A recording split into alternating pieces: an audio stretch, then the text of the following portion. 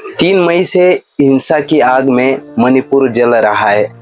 न सरकार बोली, न कोई नेता बोला और ना ही गोदी मीडिया ने इस पर कुछ खबर दिखाई। 140 से 200 लोगों की मौत हुई, 50,000 से ज्यादा लोगों को अपना घर छोड़ना पड़ा, महिलाओं के साथ अत्याचार हुआ, उन्हें सड़क पर बिना कपड़ों के दौड़ाया गया, सामूहिक बलात्कार किया गया और मार दिया गया।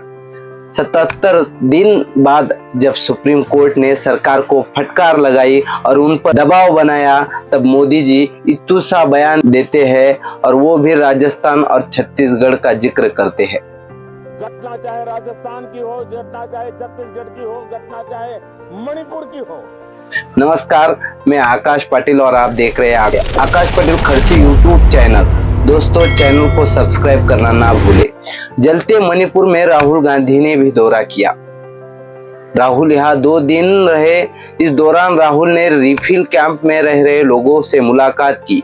इंडिया गठबंधन के 21 सांसद भी गए, मणिपुर के लोगों से मिले और कहा कि आपकी आवाज हम संसद में उठाएंगे। 50,000 से ज्यादा लोग अपना घर छोड़कर रिफिल कैंप में रहने के लिए मजबूर है। कुकी और मैतेई के बीच चल रहे इस जातीय संघर्ष में अब तक 140 से 200 लोगों की मौत हो चुकी है।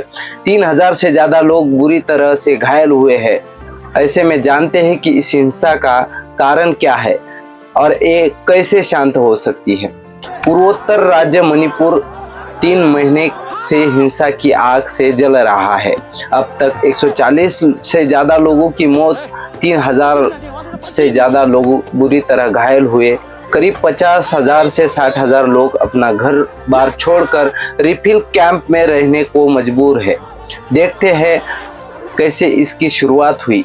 मणिपुर में 3 मई को कुकी समुदाय की ओर से निकाले गए आदिवासी एकता मार्च के दौरान हिंसा भड़की थी। इस दौरान कुकी और मैतेई समुदाय के बीच हिंसक झड़प हो गई थी। तब से वहाँ हालात तनावपूर्ण हुए।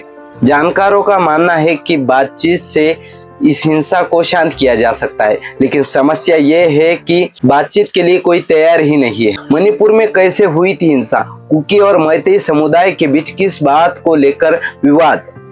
हिंसा को शांत करने के लिए अब तक सरकार ने क्या क्या किया? 3 मई को all tribal student union Manipur ATSUM ने आदिवासी एकता मार्च निकाला। ये रैली चूरचांदपुर के तोरबंग इलाके से निकाली गई। इस रैली के दौरान आदिवासी और गैर आदिवासियों के बीच हिंसक झड़प हो गई। भीड़ को तितर बितर करने के लिए पुलिस ने आंसू गैस के गोले दागे। 3 मई की शाम तक हालात इतने बिगड़ गए कि राज्य सरकार को केंद्र से मदद मांगनी पड़ी। बाद में सेना और पैरामिलिट्री फोर्स कंपनियों को वहां तैनात किया गया। ये रैली मैतेई समुदाय के अनुसूचित जनजातीय का दर्जा दिए जाने की मांग के खिलाफ निकाली गई थी। मैतेई समुदाय लंबे समय से अनुसूचित जनजाति यानी ST का दर्जा मांग रहा है। 20 अप्रैल को मणिपुर हाईकोर्ट के एक्टिव चीफ जस्टिस मुरलीधरन ने एक आदेश दिया था। इसमें राज्य सरकार के मैतेई समुदाय के जनजाति का दर्जा दिए जाने की मांग पर विचार करने को कहा गया था। इसके लिए हाईकोर्ट ने सरकार को 4 हफ्ते का समय दिया है। मणिपुर हाईकोर्ट के इस आदेश के बाद नागा और कुकी जनजाति समुदाय भड़क गए। उन्होंने 3 मई को आदिवासी एकता मार्च निकाला। मैतेई क्यों मांग रहे जनजाति का दर्जा? मणिपुर में मैतेई समुदाय की आबादी 53% से ज्यादा है। ये गैर जनजाति समुदाय है जिनमें ज्यादातर हिंदू है। वही कुकी और नागा की आबादी 40% के आसपास है। राज्य में इतनी बड़ी आबादी होने के बावजूद मैतेई समुदाय सिर्फ घाटी में ही बस सकते हैं। मणिपुर का 90% से ज्यादा इलाका पहाड़ी है, सिर्फ 10% ही घाटी है। पहाड़ी इलाकों पर नागा और कुकी समुदाय, तो घाटी में मैतेई का दबदबा है। मणिपुर में एक कानून है, इसके तहत घाटी में बसे मैतेई समुदाय के लोग पहाड़ी इलाकों में न बस सकते हैं और न ही जमीन खरीद सकते हैं। लेकिन पहाड़ी इलाकों में बसे जनजाति समुदाय के कुकी और नागा घाटी में बस भी सकते हैं और जमीन खरीद भी सकते हैं। पूरा मामला इस बात पर है कि 53% से ज्यादा आबादी सिर्फ 10% इलाके में रह सकती है, लेकिन 40% आबादी का दबदबा 90% से ज्यादा इलाके पर है। शांति के लिए अब तक क्या क्या हुआ? केंद्र सरकार ने मणिपुर में हो रही हिंसा की जांच के लिए 4 जून को एक आयोग का गठन किया था। आयोग की अध्यक्षता गुवाहाटी हाई कोर्ट के पूर्व जस्टिस अजय लांबा कर रहे थे। गृह मंत्रालय के मुताबिक यह आयोग 3 मई और उसके बाद मणिपुर में हुई हिंसा और दंगे के कारणों की जांच करेगा।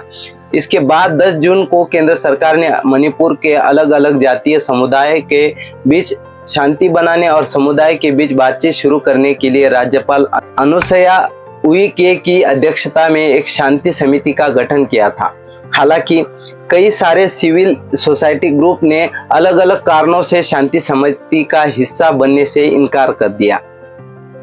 इससे पहले गृह मंत्री अमित शाह ने भी मणिपुर का 4 दिन का दौरा किया था। उनके निर्देश के बाद केंद्र ने मणिपुर में विस्थापित लोगों के लिए 101.75 करोड़ रुपए की राहत पैकेज को मंजूरी दी। इतना ही नहीं, भारी मात्रा में हथियारों को भी जब्त किया गया। 27 जून को Assam rifle Nagaland police joint operation में बंदूक, हथियार, विस्फोटक जब्त किए गए। हालांकि इस मामले में किसी को गिरफ्तार नहीं किया गया।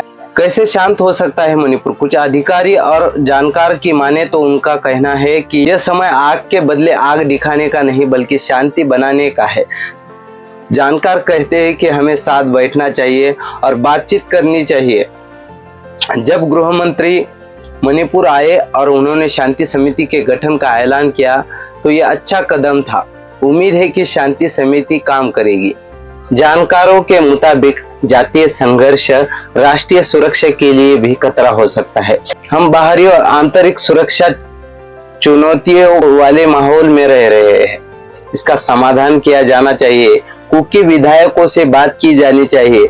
दूसरे जानकार का भी कहना है कि अब कुकी मैतेई की समस्या नहीं रह गई, बल्कि इसमें बाहरी खिलाड़ी भी कूद गए हैं।